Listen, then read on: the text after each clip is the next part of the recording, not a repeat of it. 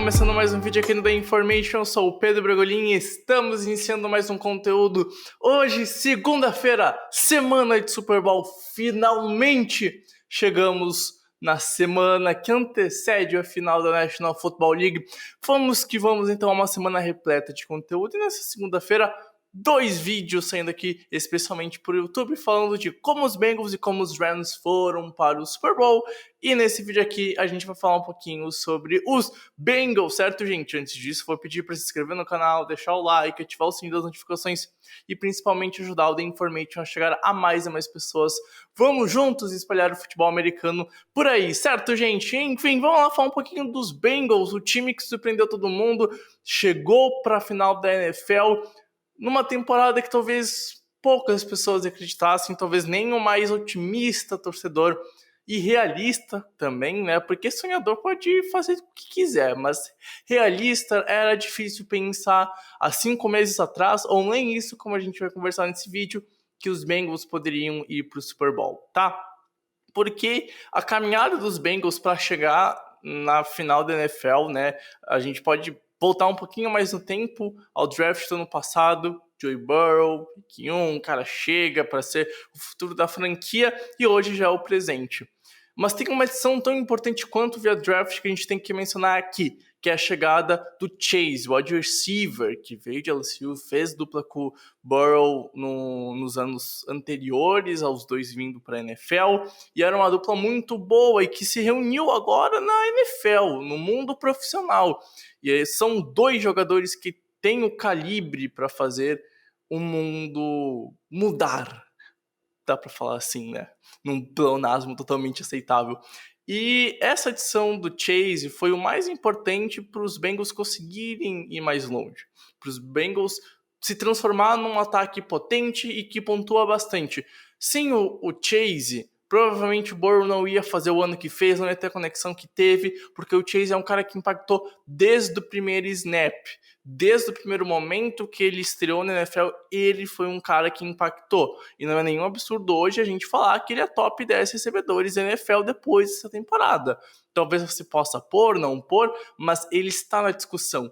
E isso sem ter terminado ainda o ano de calouro, porque, né, obviamente, tem um Super Bowl. E aí, então, a gente chega pra temporada, né, a gente tem uma pré-temporada onde as questões dos Bengals será que o time consegue pelo menos, 6, 7 vitórias? A OL é um problema, essa defesa não performa muito bem, não tem grandes nomes nessa defesa, principalmente na secundária, e aí, então, tinha uma grande dúvida também sobre o Zac Taylor, né, era um cara que vinha muito questionável, que tinha que evoluir para continuar o seu trabalho nos próximos anos, e entrava em 2021 como uma chance de talvez seja o último ano desse cara lá em Cincinnati. E tinha toda essa questão para ver se os Bengals conseguiriam de fato performar bem com o Zac Taylor para ele se manter no cargo. E foi isso que acabou acontecendo, né? Então, de um time que a gente não tinha expectativa, talvez nem para ir para os playoffs, chegou no Super Bowl como?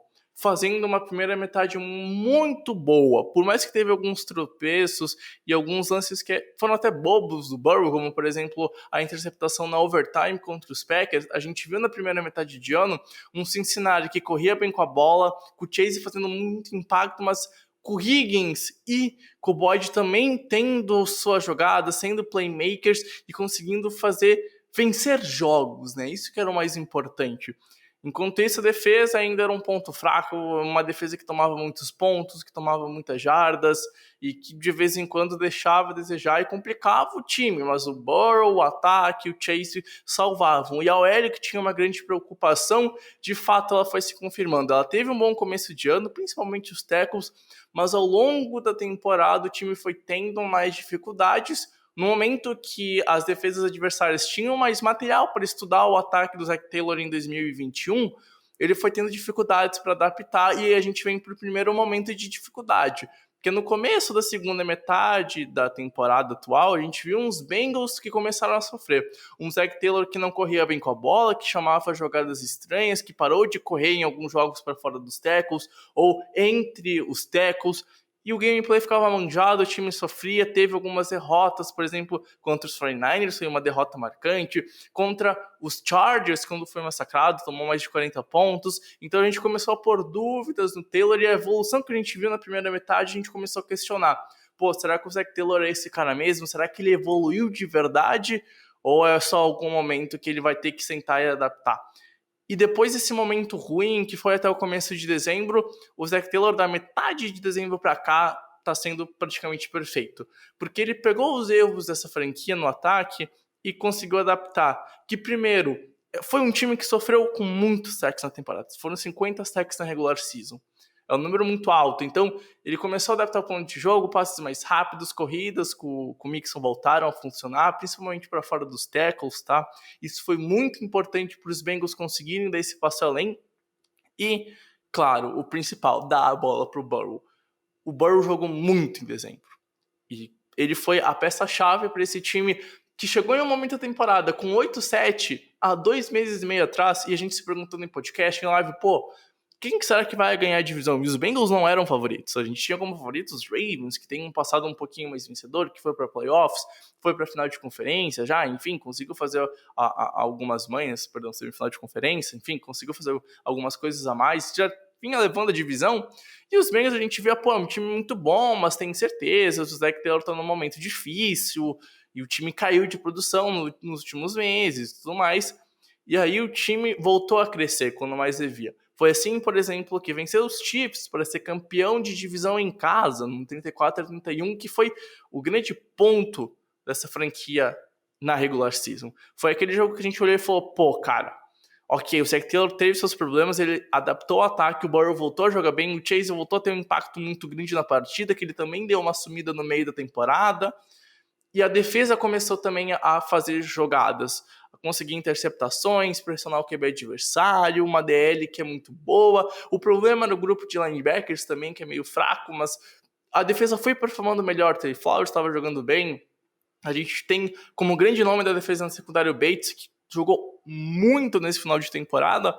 E o time contra os Chiefs mostra uma força que a gente imaginava que tinha, mas não sabia se ia ser aplicada em campo, com um ataque que é muito potente. E o time aplicou. E o time foi campeão de divisão naquela partida. Teve a última derrota na regular season, que era o time em reserva, pouca gente de titular jogou, então, whatever, isso não importa muito. Chega para os playoffs. E aí, então, a gente tem uma primeira vitória contra os Raiders, num jogo muito pegado, muito disputado, com um chute do Ivan para ganhar o jogo, né? O kicker calouro. E a gente vê um jogo do Burrow que foi bem, o Chase que também foi bem, a OL performou bem, mas o que impressionou foi a defesa, que conseguiu fazer um bom jogo, conseguiu deixar o jogo pegado e não sofreu tanto como a gente imaginava. Mas quando foi para enfrentar os Titans, né? Muita gente via, pô, aí é o ponto de limitação dos Bengals, ali é o ponto que os Bengals não vão conseguir passar. Afinal, era seed 1 e o jogo foi bem defensivo, né? A gente viu a primeira jogada sendo uma interceptação do Ryan Tannehill, a defesa foi muito importante. Uma coisa que a gente talvez não esperava nessa pós-temporada era uma defesa crescendo. E a defesa cresceu, principalmente contra os Titans, cara. Porque o ataque não foi tão bem assim. Tudo bem, venceu o jogo. O Burrow fez boas jogadas com o Chase. Mas no final das contas, o Burrow foi sacado 9 vezes, a OL não foi nada bem. E o Burrow também vacilou em algumas jogadas, alguns desses sacks veio por conta que o Burrow segurou muito a bola. E aí, então, o talento acaba pesando, o ataque é mais talentoso, na minha opinião, que o do Tennessee. A gente já falou disso em live, o porquê disso, né? Mas não é muito o que a gente está discutindo agora. Mas no final a defesa apareceu, 3 interceptações, uma no primeiro snap, uma no finalzinho para roubar a bola e vencer o jogo no estouro do cronômetro com mais um chute do McPherson. E a interceptação mais importante, na minha opinião, que foi aquela da red zone, no melhor drive dos Titans, quando o time ficou numa primeira para gol, o Ryan Tannehill faz uma jogada bem idiota, ele não lê a pressão, e aí o mérito defensivo pro Cincinnati, que conseguiu a interceptação mais importante daquele jogo das 3, na minha opinião. E aí, então, o time vence no estouro do cronômetro. O talento do Burrow pesou, porque o Ryan Tannehill é um bom QB, mas o Burrow é um ótimo QB já. O Burrow não é mais o futuro, o Burrow já é o presente da NFL. E o presente da NFL do Burrow é um ótimo QB. É um cara que tem sim seus problemas e que precisa evoluir em alguns pontos. Mas ele vence. E aí ele já tava 2-0 em playoffs, foi pro terceiro jogo, e aí muita gente de novo falou que era o limite, que não ia conseguir passar dos Chiefs. Os Chiefs perderam na regular season, vão ajustar o que precisa, e o jogo foi idêntico da regular season.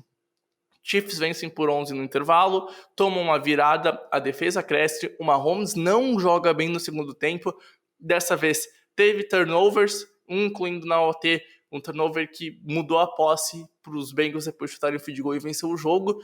E a gente viu, de novo, um time defensivo muito forte no segundo tempo, que conseguiu pressionar, que mudou a estratégia para chegar no Patrick Mahomes e que aumentou de 11% para 23% a pressão sobre o QB dos Chiefs.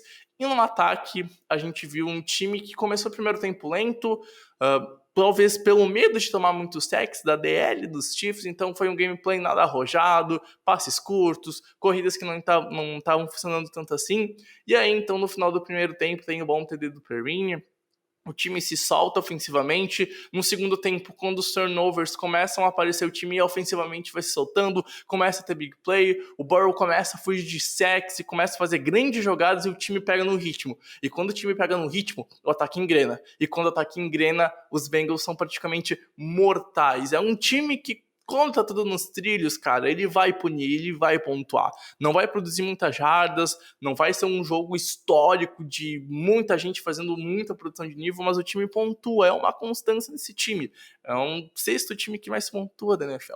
E aí, então, quando a gente vê esse time no quarto período jogando de igual para igual pros Chiefs e até melhor fora de casa, a gente vê que é diferente. Os Bengals não são o melhor talento da NFL no elenco, não tem o melhor QB, não tem o melhor wide receiver da NFL, de longe não tem a melhor defesa, mas é um time que sabe vencer. E um time que sabe vencer é tão perigoso quanto o time que tem o melhor QB. Então a gente começa a olhar para esses duelos de pós-temporada e a gente vê uma tônica. É um time que não desiste, que está na adversidade, como principalmente foi na UFC Championship Game, e volta pro jogo. Por quê? Porque é um time que não desiste, que sabe o que faz, que sabe o que tem que fazer para vencer.